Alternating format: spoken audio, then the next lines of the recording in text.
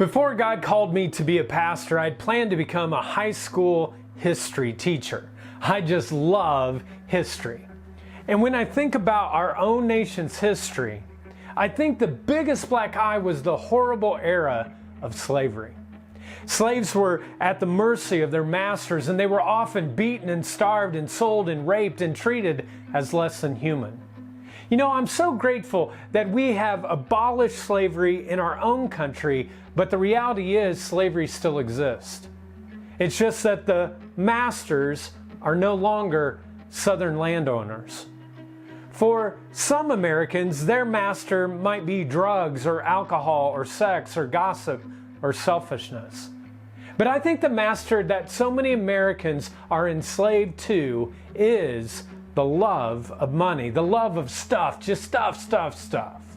And money kind of has that sneaky way of making us think we control it. But most of the time, it turns the table and it actually controls us. Jesus was no stranger to money's ability to control people. We read in Luke 16:13, in which he actually warned his friends, "No one can serve two masters, for you will hate one and love the other. You will be devoted to one and despise the other. You cannot serve God and be enslaved to money."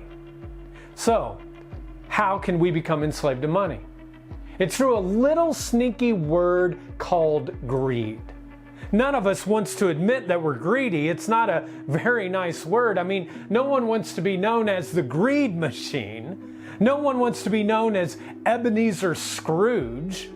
And yet, we fall into it at times, because greed can be as simple as wanting more than you can afford and getting it by spending what you don't have. And over time, if you do that enough, it always leads to a big word: debt. And then we become slave to our debtors, and it becomes this cycle that we're trapped in of debt and defeat and anxiety. How am I going to pay the bills? So how can we keep money from being our master? By making Jesus the master of our money. When we follow God's plan for our money, when we give and we save and then we live off the rest, that's where real freedom comes. And free people are happy people. You know, the way that I've learned to find financial freedom is by following a wise Christian plan called 10-10-80. We decided very early on as a family that we wanted to give 10% to God right off the top, then save 10% and live off the other 80. The problem is that the first 5 years of our marriage, we were a slave to debt and we were unable to live out God's plan. But we worked at it, and for the past 20 years, we've lived off this plan. And we've been able to live in such great freedom.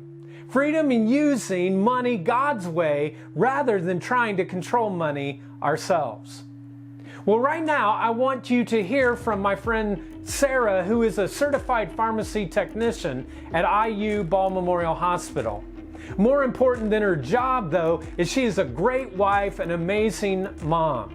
In Sarah's story, she talks about the early years of her relationship with her husband, Chris, and how they struggled using money God's way. And they tried to buy their own happiness. And they fell incredibly into a road of debt and discouragement. But one Sunday, last January, I was teaching on money, and I talked about a class that we do here at the JAR called Financial Peace University. And Sarah and Chris felt prompted to go to the class, and God used that class to change their lives. So why don't you check out this story?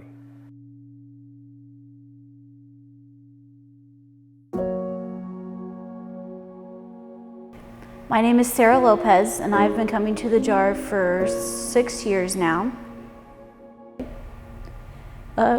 Chris and I started 16 years ago with nothing to eat. An apartment that we really couldn't afford. We were two young kids, thought we knew it all.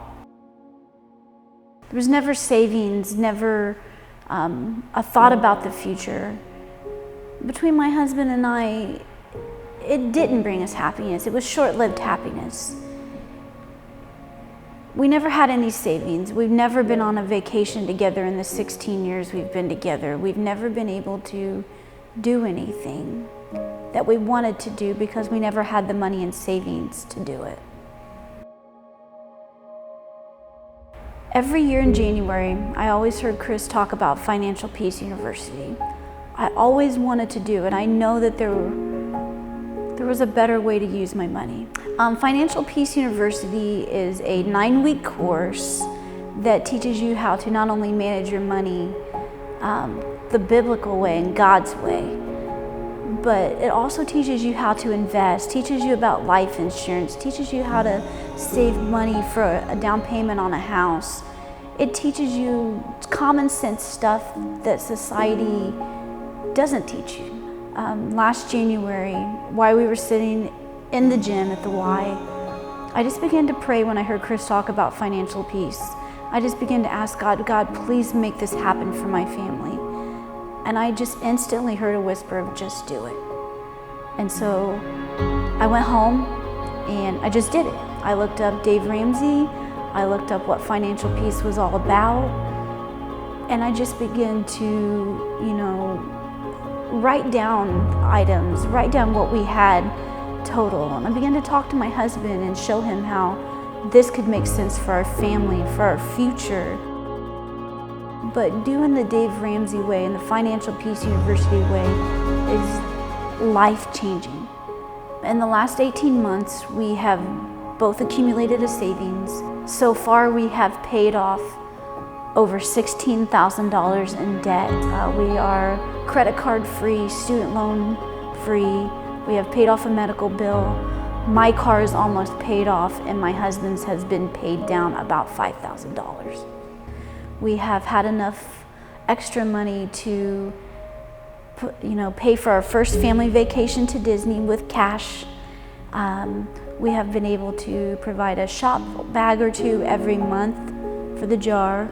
So the shop bags are through the jar, and on the fourth Sunday, we give out grocery bags that include just essentials for people in our church and people in the community, just food that will help them provide more than one meal. I pick up a bag on the third Sunday, and if I'm not there on the third Sunday, then I have the list. I'm able to fill the grocery bag with the essentials that people in our church need and bring it back on the fourth Sunday to give it to the people that we need it.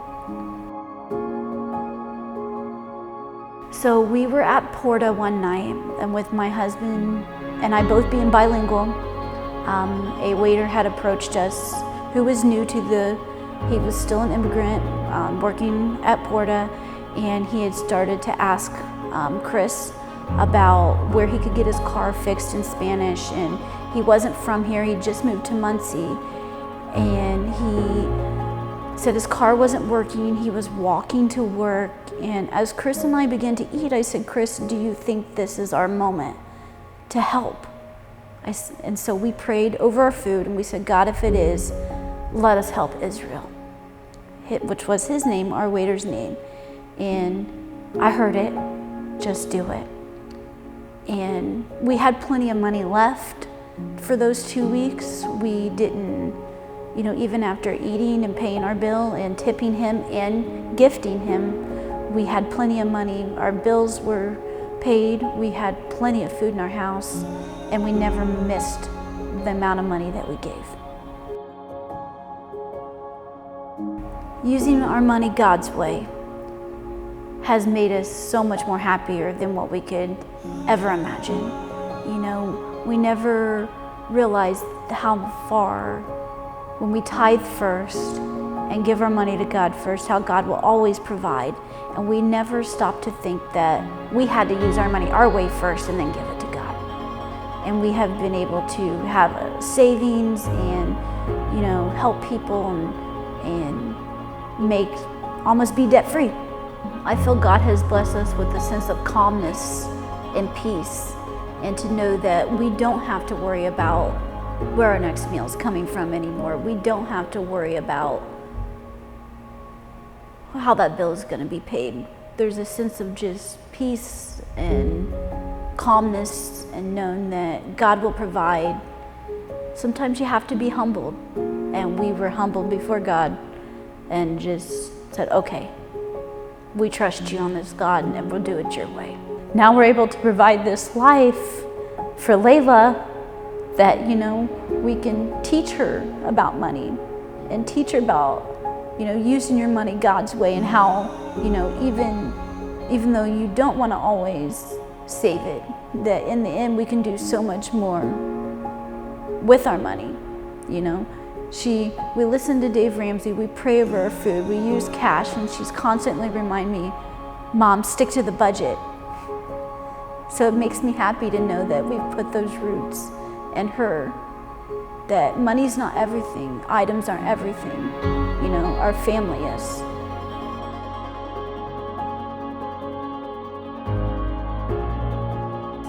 I think it's important to be open about money, not to be prideful or boastful, but just to have a conversation that a teaching moment is what I've felt like a lot. If you feel like you can't make ends meet, if you feel like you don't know how to make ends meet, the first thing you need to do is evaluate your spending.